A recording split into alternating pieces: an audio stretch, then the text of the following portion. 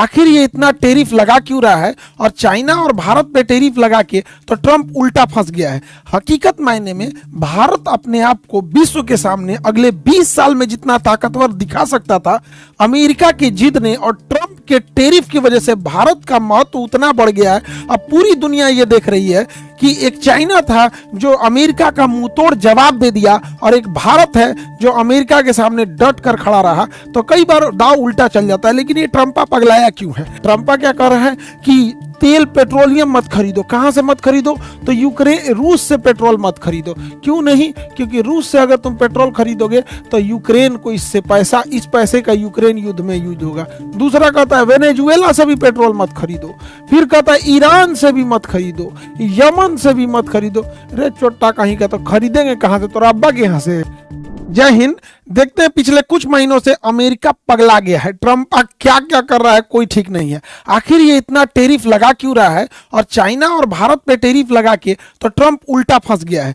हकीकत मायने में भारत अपने आप को विश्व के सामने अगले 20 साल में जितना ताकतवर दिखा सकता था, अमेरिका की जिद ने और ट्रंप के टेरिफ की वजह से भारत का महत्व उतना बढ़ गया है। अब पूरी दुनिया ये देख रही है कि एक चाइना था जो अमेरिका का मुंहतोड़ जवाब दे दिया और एक भारत है जो अमेरिका के सामने डट कर खड़ा रहा। तो कई बार दाव उल्टा चल जाता है। लेकिन ये ट्रंपा पगलाया क्यों है? कई चीजें हैं, इसको समझते हैं एक एक करके, धीरे धीरे इसके कारण को समझ जाते हैं।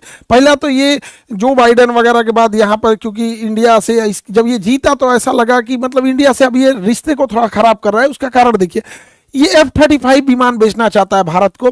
ये विमान कभी गायब हो जाता है, कभी प्रशांत महासागर में गिर गया है। इंडिया में आया था तो उड़िए नहीं पाया था, इसको पता नहीं, इसको ठंडा मार दिया था। केरल में पड़ा हुआ था कंबल ओढ़ के बेचारा। तो बाद में इसको इंजीनियर ऐसा लगभग 1 महीना यहीं पड़ा था, तो भारत को बेच रहा था। तो भारत मना कर दिया कि ना, हम ना लेंगे। भारत अभी विचार कर रहा है Su-57 पे, हालांकि इसको भी फाइनल नहीं है, लेकिन रसिया से है। लेकिन अगर भारत पे को भरोसा करना होगा तो अमेरिका पे नहीं भरोसा करेगा, क्योंकि इस जहाज को उड़ाने के लिए एक्सप्रेस को वहां से दिया जाता है अमेरिका से। डेली एक कोड जनरेट होता है, बिना उसके कोड को फीड किए ये जहाज उड़ेगा नहीं। और लिमिटेशन अमेरिका चाह देगा कि आप इसको पाकिस्तान की ओर नहीं उड़ा सकते, तो अमेरिका से खरीद के भी वहां नहीं उड़ा सकते, तो हम काहे लिए खरीदेंगे इसमें। दूसरा, अमेरिका ने मना किया था कि रूस से S-400 मिसाइल मत खरीदो। भारत ने S-400 मिसाइल खरीद लिया। इससे भी ट्रंप गुस्सा है कि रसिया से क्यों खरीद लिए, लेकिन भारत की जरूरत थी, भारत ने खरीद लिया था। यहाँ पे ये कुछ भी कहता है। ट्रंपा क्या कर रहा है कि तेल पेट्रोलियम मत खरीदो। कहां से मत खरीदो? तो यूक्रेन, रूस से पेट्रोल मत खरीदो। क्यों नहीं? क्योंकि रूस से अगर तुम पेट्रोल खरीदोगे तो यूक्रेन को इससे पैसा, इस पैसे का यूक्रेन युद्ध में यूज होगा। दूसरा कहता है वेनेजुएला से भी पेट्रोल मत खरीदो। फिर कहता है ईरान से भी मत खरीदो, यमन से भी मत खरीदो। रे चोट्टा कहीं का, तो खरीदेंगे कहां से? तो अब्बा के यहां से। तो ये इसकी मोनोपोली है। भारत मानता नहीं, भारत खरीदता है। अब भारत को पहले प्यार से समझा रहा था, भारत नहीं माना, तो ट्रंप ने टेरिफ लगा दिया तो भी भारत ने नहीं माना। अब तुम लगाइए दिए तो अब तो रूस से और खरीदेंगे, अब तो ईरान से और खरीदेंगे, अब तो डॉलर के जगह रुपया में खरीदेंगे। अब कौन चीज का डर? तुमने टेरिफ लगाइए दिया यहाँ पे। तो अगला चीजों को देखते हैं। यहाँ पर ये पगला क्या बोला कि अमेरिका ने जो टेरिफ लगाया है भारत के ऊपर वो ठीक किया है। जा भैया, जो हो तो नीचा सहानुभूति था ना, तो उन्होंने चौपट कर लिया तुम भारत को लेके। यहाँ पे देखिए, अमेरिका जो है इस पे कभी भरोसा नहीं किया जा सकता है। ऑपरेशन सिंदूर के दौरान बीच में बड़बड़ बोलता था कि मैंने सीज फायर करा दिया, ये करा दिया, वो करा दिया। हालांकि भारत सरकार ने बड़ा देर से रिप्लाई किया। इस वजह से एक बहुत मतलब एक अमेरिकी मीडिया और यूरोप की मीडिया ने ये दिखा दिया कि ट्रंप ने हस्तक्षेप किया। हालांकि जब बाद में भारत सरकार ने बताया था कि अमेरिका के ट्रंप ने कोई योगदान नहीं था, तो ये और बलबला गया यहाँ पर। और ऑपरेशन सिंदूर, ये तो बैला अपने आप से फील्ड मार्शल की उपाधि दिया। फील्ड मार्शल की उपाधि देना चाहिए। पहलगाम हमला जो हुआ था इसी ने कराया था, आसिम मुनीर ने यहाँ पे कराया था। अपने से इसने क्या कर लिया था? उपाधि दे लिया था। कई और चीजें देखिएगा इंडिया और ट्रंप के प्रशासन के बीच में हो रही है। इंडिया ने बिटकॉइन और क्रिप्टो करेंसी को बड़ा मतलब सप्रेस किया है, उतना आगे नहीं ले जाने दिया है। और इंडिया में बिटकॉइन उतना प्रचलन में अब नहीं रहा है। और बिटकॉइन में ट्रंप की फैमिली का एक बड़ा पैसा लगा हुआ है, तो ट्रंप को एक उसका भी गुस्सा है। यहाँ पर ट्रंप का एक गुस्सा अडानी के प्रति भी है कि जो हिंडनबर्ग की रिपोर्ट थी उससे अडानी को उतना लॉस नहीं हुआ जितना कि लॉस की उम्मीद की जा सकती। अडानी रिकवर कर गया। ये गुस्सा को भी लगता है इनको यही निकालना है। जबकि अगर यहां देखेंगे तो ट्रंप ने जब चाइना पे प्रतिबंध लगाया तो चाइना आत्मनिर्भर है। हथियारों के मामले में चाइना आत्मनिर्भर है, टेक्नोलॉजी के मामले में आत्मनिर्भर है, पैसे के मामले में आत्मनिर्भर है। खनिज संपदा के मामले में आत्मनिर्भर है, जिस वजह से चाइना इसका मुंह तोड़ जवाब देता है। अगर वो 100% लगाते हैं तो ये भी 100% लगाता है, ये 250 लगाते हैं तो वो भी 250 लगाता है। हमारे पास में डिपेंडेंसी अभी भी बहुत ज्यादा है। चाइना के पास रेयर अर्थ एलिमेंट है, सब कुछ ऐसे पदार्थ होते हैं जो बहुत कम मिलते हैं और ऐसे पदार्थ बहुत ज्यादा जरूरत होते हैं, और इसका पूरा भंडारण चाइना के पास है। इन रेयर अर्थ मेटल का यूज कहाँ कहाँ होता है, तो जो माइक्रो प्रोसेसर्स होते हैं उनमें यूज होता है, जो इलेक्ट्रिकल व्हीकल्स है उनमें यूज हो जाता है, सोलर पैनल में हो जाता है। सिलिकॉन वैली जो है अमेरिका का, माइक्रोसॉफ्ट हो गया, गूगल हो गया, जितने भी माइक्रोचिप बनते हैं, इलेक्ट्रॉनिक्स चीजें बनती हैं, ये जो स्टार लिंक लेके जा रहे हैं अंतरिक्ष में, सैटेलाइट बना रहे हैं, नासा का सैटेलाइट, इन सब में रेयर अर्थ एलिमेंट होता है। रेयर अर्थ एलिमेंट पे चाइना ने प्रतिबंध लगा दिया, कहा अमेरिका टेरिफ लगाओगे तो हम तुमको देंगे नहीं। अब अमेरिका पगला गया यहाँ पर। इलोन मस्क का तस्ला, इसका तस्ला कैसे चलेगा, क्योंकि तस्लवा में तो लगेगा इसको सेमीकंडक्टर सिलिकॉन, अब वो चाइना देता है, तो चाइना कहा कि भैया तुम ब्रेकअप करो इससे। तो चुनाव के टाइम में ये दोनों के बीच में बड़ा अच्छा दोस्ती था, अभी ब्रेकअप हो गया क्योंकि इसके बड़बोलापन की वजह से। तो ये बड़ा चाइना ने इसका मुंह तोड़ जवाब दिया। अब चाइना की कंपनियों ने कहा कि भैया रियर अर्थ एलिमेंट जो है इतना हमारे पास ज़्यादा संख्या में, ये हम बेचेंगे कहाँ, हमारा तो व्यापार बंद होगा।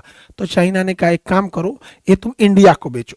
तो भारत को अब देखिएगा ये रियर अर्थ एलिमेंट मिलेगा। आने वाले 2 से 3 महीने में आप देखिएगा भारत में सेमीकंडक्टर धड़ल्ले से बनने लगे हैं। भारत में देखिएगा माइक्रो प्रोसेसर, चिप, ये सब बहुत तेजी से बनेंगे, और ये चीज ये अमेरिका को इससे लॉस लगेगा। तो चाइना ने इस पे बड़ा बेहतरीन ढंग से काम किया। हालांकि ट्रंप का जो सबसे मेन गुस्सा का कारण है वो ब्रिक्स देश है।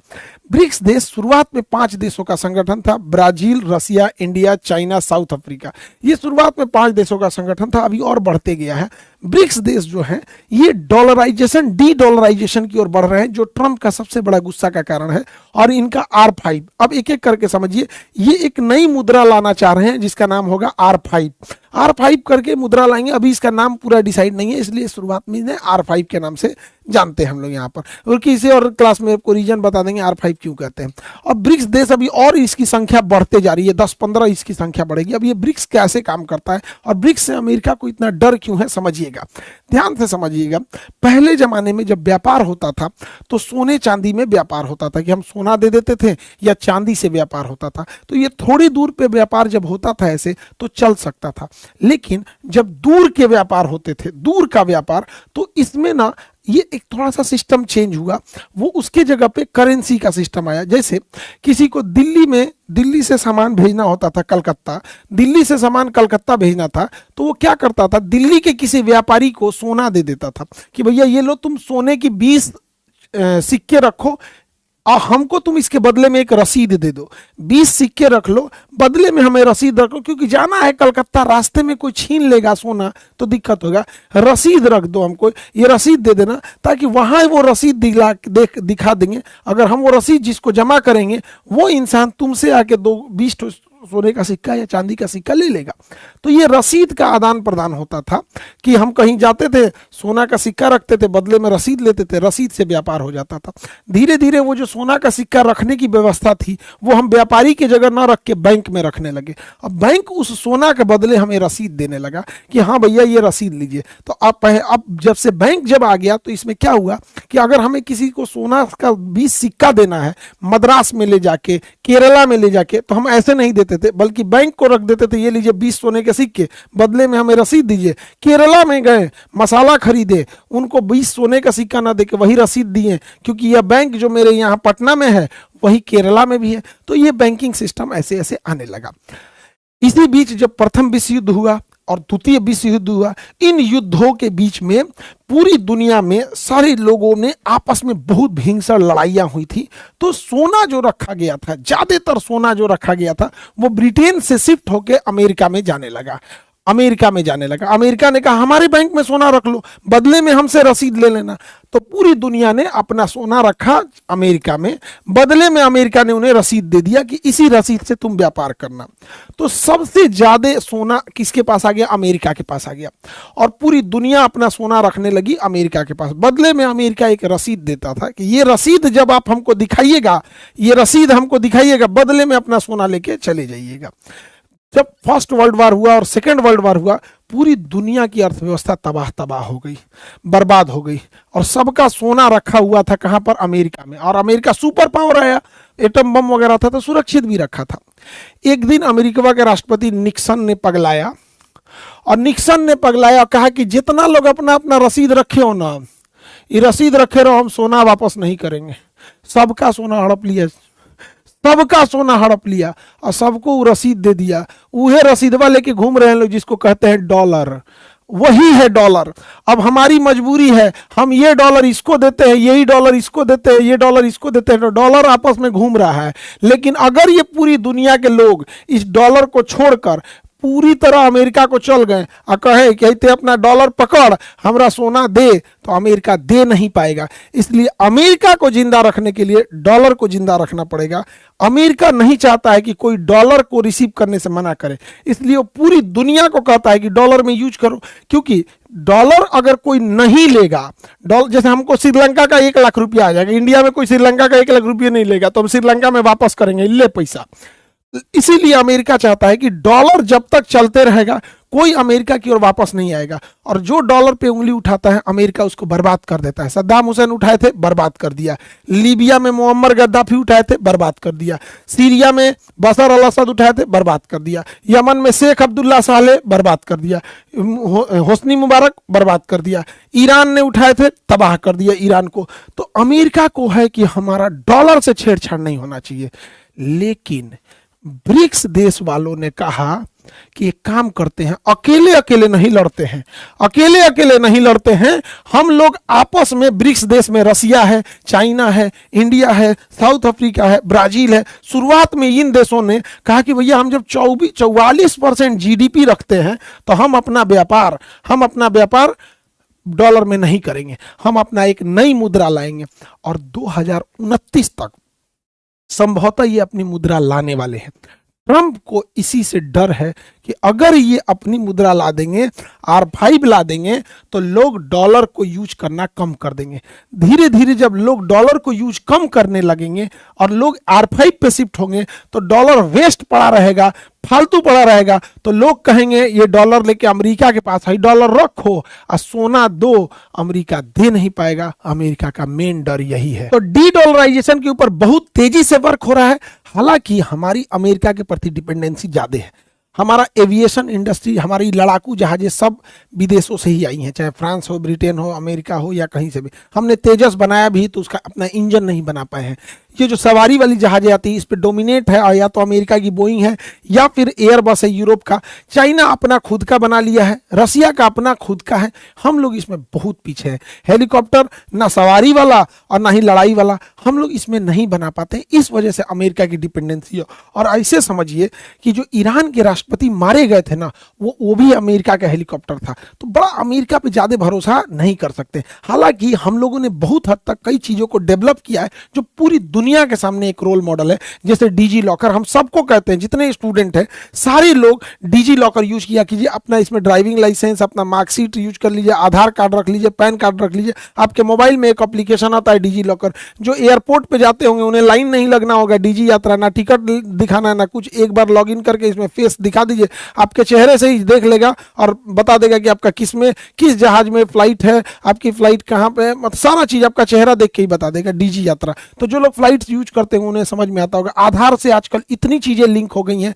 हम लोग का तो दुनिया में सबसे बेहतरीन है आपका यूपीआई, इससे बेहतरीन है नहीं। तो मतलब पूरी दुनिया में इससे फास्ट और इतना स्मूथ यूपीआई ऐसा कुछ भी नहीं है।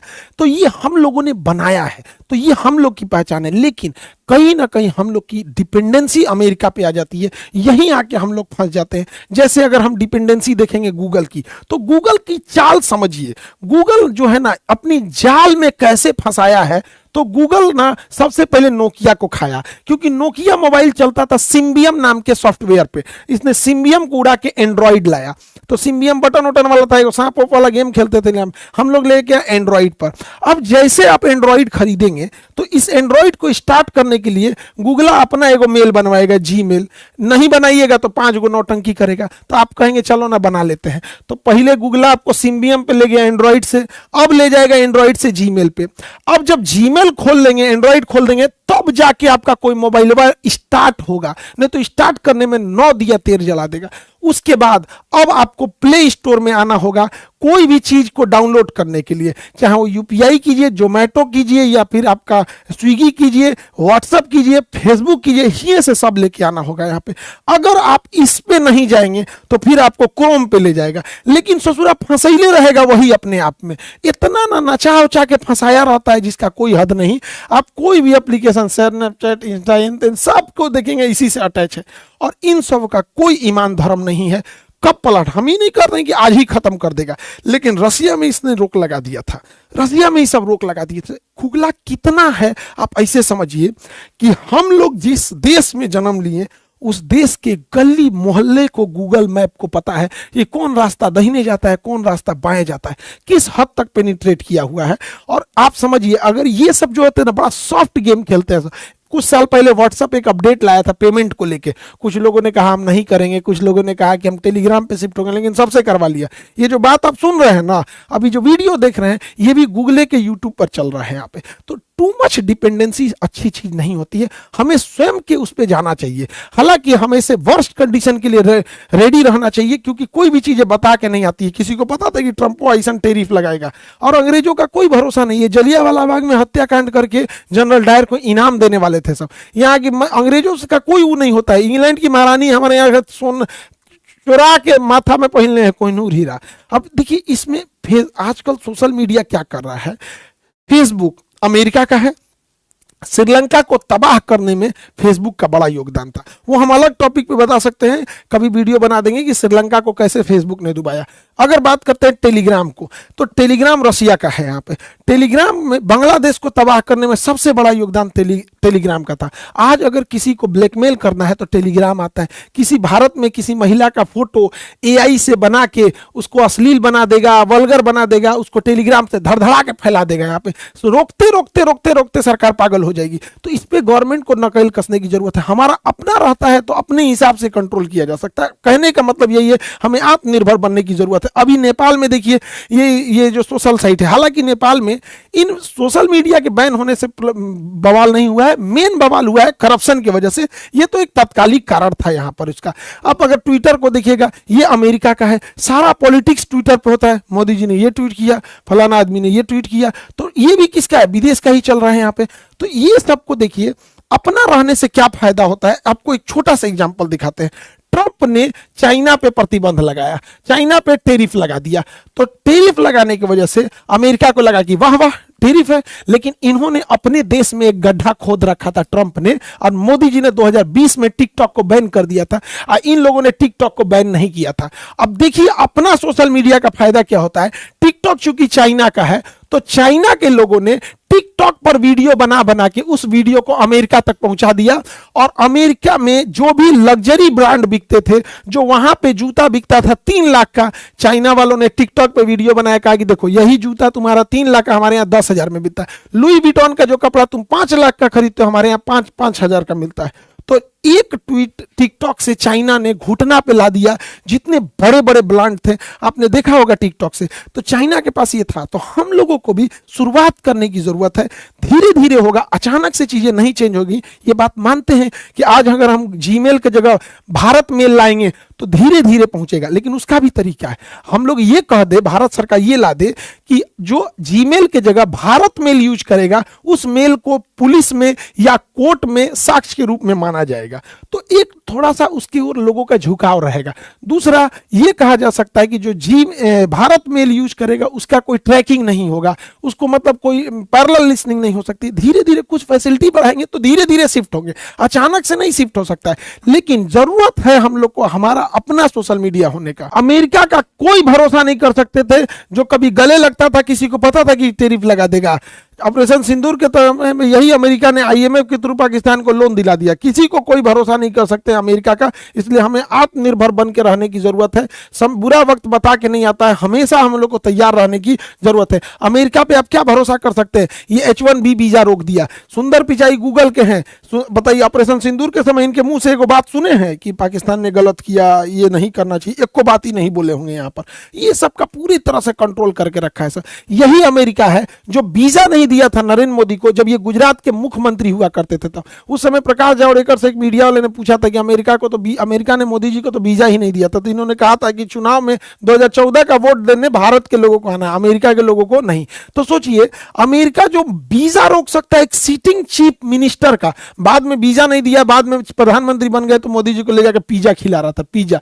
नमस्ते ट्रंप किया यही, नमस्ते मोदी नमस्ते ट्रंप, अब यही टैरिफ लगा दिया। इनका कोई भरोसा नहीं हो सकता है। ये वही अमेरिका है जो भारत को क्रायोनिक इंजन नहीं दिया था ताकि हमारा चंद्रयान या ये सब मिशन डिले हो सके, तो हम लोग को 20 साल का इंतजार करना पड़ गया था। 1990 में ये रोक दिया था, हम लोग को बनाते बनाते 2005 2010 आ गया, तब जाके क्रायोनिक इंजन बना। यही अमेरिका ने रोका था। यही वो अमेरिका है जिसने पाकिस्तान को पैटर्न टैंक दिया था। यही वो अमेरिका है जिसने सेवर जेट दिया था। यही वो अमेरिका है जो 7वां बेड़ा ले आया था। यही वो अमेरिका है जो भारत में परमाणु बम मारने के लिए आया था। यही वो अमेरिका है जो इंदिरा गांधी को परमाणु बम बनाने नहीं दिया। ये वही अमेरिका है जिसने अटल बिहारी वाजपेयी ने जब परमाणु बम बनाया था तो भारत पर प्रतिबंध लगा दिया था। हम कैसे भरोसा कर ले इस अमेरिका के ऊपर। ये वही अमेरिका है जब कारगिल की लड़ाई लड़ रही थे तो हमारे सैनिकों को यह नहीं समझ में दिख नहीं रहा था कि दुश्मन कहां बैठे हैं, तो इसी अमेरिका से मांगा गया था जीपीएस का सिग्नल दे दो, तो जीपीएस नहीं दिया था, सैटेलाइट नहीं दिया था, तो भारत को अपना सैटेलाइट बनाना पड़ा था। ये वही अमेरिका है जब 70 के दशक में हम लोग को गेहूं की जरूरत पड़ी थी तो इसने गेहूं भेजा था। जब गेहूं आया तो पता चला कि सुअर को खाने वाला गेहूं इसने भारत को भेज रखा है। ये वही अमेरिका है जहां पे अगर याद कीजिए तो IC-814 हमारा विमान हाईजैक हुआ था और हमारे विमान हाईजैक को ये कंधार लेके गए थे सब तालिबान की मदद से। ये वही अमेरिका है जिसने तालिबान से 20 साल लड़ाई लड़ा था, आज तालिबान से बैठ के हम आपस में टेबल टॉक करता है। अमेरिका पे आप कभी भरोसा नहीं कर सकते। ये वही अमेरिका है जब लॉकडाउन लगा था, कोरोना के टाइम लगा था, तो भारत एक ऐसा देश था जिसने पूरी दुनिया को वैक्सीन दिया था, लेकिन ये वही अमेरिका है जो भारत से वैक्सीन लेने के बावजूद भारत को दी जाने वाली सिरिंज और बहुत सारे मेडिकल इक्विपमेंट पे प्रतिबंध लगा दिया था। यह बात हकीकत है कि गूगल जैसी बड़ी कंपनियों को अपना प्रॉफिट दिखता है, लेकिन क्या अमेरिका पे भरोसा किया जा सकता है? क्या हम अपने 140 करोड़ लोगों को गूगल के रहमो करम पे छोड़ सकते हैं? हम लोगों को जरूरत है अब अपना प्लेटफॉर्म बनाने की, अपने लिए सर्च इंजन बनाने की जरूरत है, अपना ब्राउजर बनाने की जरूरत है। कब तक हम क्रोम पे डिपेंडेंट रहेंगे? यदि आज शुरू करते हैं 10 साल बाद बनाएंगे, लेकिन अगर शुरू ही नहीं करेंगे तो कभी नहीं बना पाएंगे। आप क्या सोचते हैं, बनाना चाहिए या गूगल पे ही डिपेंडेंट रहना चाहिए? और प्रधानमंत्री मोदी जी का बहुत बहुत आभार और धन्यवाद जो उन्होंने जीएसटी को कम किया बहुत सारे चीजों पे, खास करके मेडिकल इक्विपमेंट पे, क्योंकि अभी हम बहुत सारा हॉस्पिटल, ब्लड बैंक, ये सब चीजें, डायलिसिस वगैरह डाल रहे हैं, तो उससे मशीनों को खरीदने में बड़ा सस्ता हुआ है। तो इसके लिए बहुत बहुत धन्यवाद देते हैं। और हमने बोला था कि जीएसटी एजुकेशन पे कम कर देने के लिए, उसका एक रीजन समझिए। तो कई लोग कह रहे हैं कि आप काहे नहीं कर दे रहे हैं कम? तो देखो भैया, एक बात तो पहले समझ जाओ कि जीएसटी एजुकेशन पे 18% है और इनकम टैक्स हम लोग पे है 30%। जो हम लोग पे इनकम टैक्स का स्लैब आता है 30%। तो देखिए हम क्या कह रहे हैं समझिएगा, ये एजुकेशन का 18% जीएसटी स्टूडेंट्स को भरना पड़ता है, हम लोग को नहीं, स्टूडेंट्स को भरना होता है। इसी को कहते हैं कि इसको छोड़ दीजिए। हमने ये कभी नहीं कहा कि टीचरों पर लगने वाला इनकम टैक्स छोड़ दीजिए। भैया हम लोग से 30% लेते हैं, हम इसकी बात नहीं कहते हैं। हम प्रधानमंत्री से उम्मीद करते हैं कि आने वाले समय में वो इसको भी देखेंगे, क्योंकि ये स्टूडेंट से लिया जाता है, इसलिए जीएसटी करते हैं। किसी से जो अब जो जिसको जीएसटी नहीं पता होगा पढ़ा देंगे, इकोनॉमिक्स का क्लास में पढ़ाए भी हैं, कोई प्रीवियस वीडियो में भी देख लीजिएगा। तो मेरा कंसर्न बस ये है कि हम अगर हमको अपने से स्वार्थ रहता है तो हम कहते हैं कि इनकम टैक्स छोड़ दीजिए, क्योंकि ये विद्यार्थी को नहीं देना है, टीचर को खुद देना है, हम लोग को खुद देना है एजुकेशन पे। हमको मतलब है स्टूडेंट्स के ऊपर, देश के भविष्य होते हैं। अगर 18% कम होगा तो बहुत गरीब जनता है जिसके लिए 18% मायने रखती है। कहीं 10,000 फीस है, उसमें 18% कम हो जाएगा तो लगभग 2,000 कम होने से उसको थोड़ी सहूलियत मिल जाएगी। उम्मीद है कि उसमें भी आगे करेंगे। दूसरा, कई बार जब हम लोग ये रिफॉर्म की बात करते हैं तो कहते हैं सब पॉलिटिक्स कर रहे हैं। भैया हम लोग पॉलिटिक्स पढ़ाते हैं, पॉलिटिक्स पढ़ाते हैं। पढ़ना होगा तो आ जाएंगे लोग, पॉलिटिक्स पढ़ा देंगे। पॉलिटिक्स करते नहीं है हम लोग। इधर राजनीति और धर्म जाति से बहुत ऊपर हट चुके हैं लोग। अगर ये सोचेंगे लोग कि किसी एक का तारीफ करे, किसी एक की बुराई, ऐसा नहीं होगा। अच्छा काम होगा तो अच्छा, खराब होगा तो खराब। धर्म सब एक जैसा है, सबका सम्मान करना चाहिए। तो इसलिए हम लोग को ये सबसे कोई मतलब नहीं है। जो रिफॉर्म होना चाहिए वो होना चाहिए यहाँ पर। वरना शुरू से भी देखेंगे तो पहला वीडियो में भी देखेंगे जय हिंद बोल के आते थे और आज भी देखेंगे जय हिंद बोल के चले जाते हैं। मिलेंगे नेक्स्ट क्लास में, फिर नेपाल की चर्चा करेंगे। जय हिंद।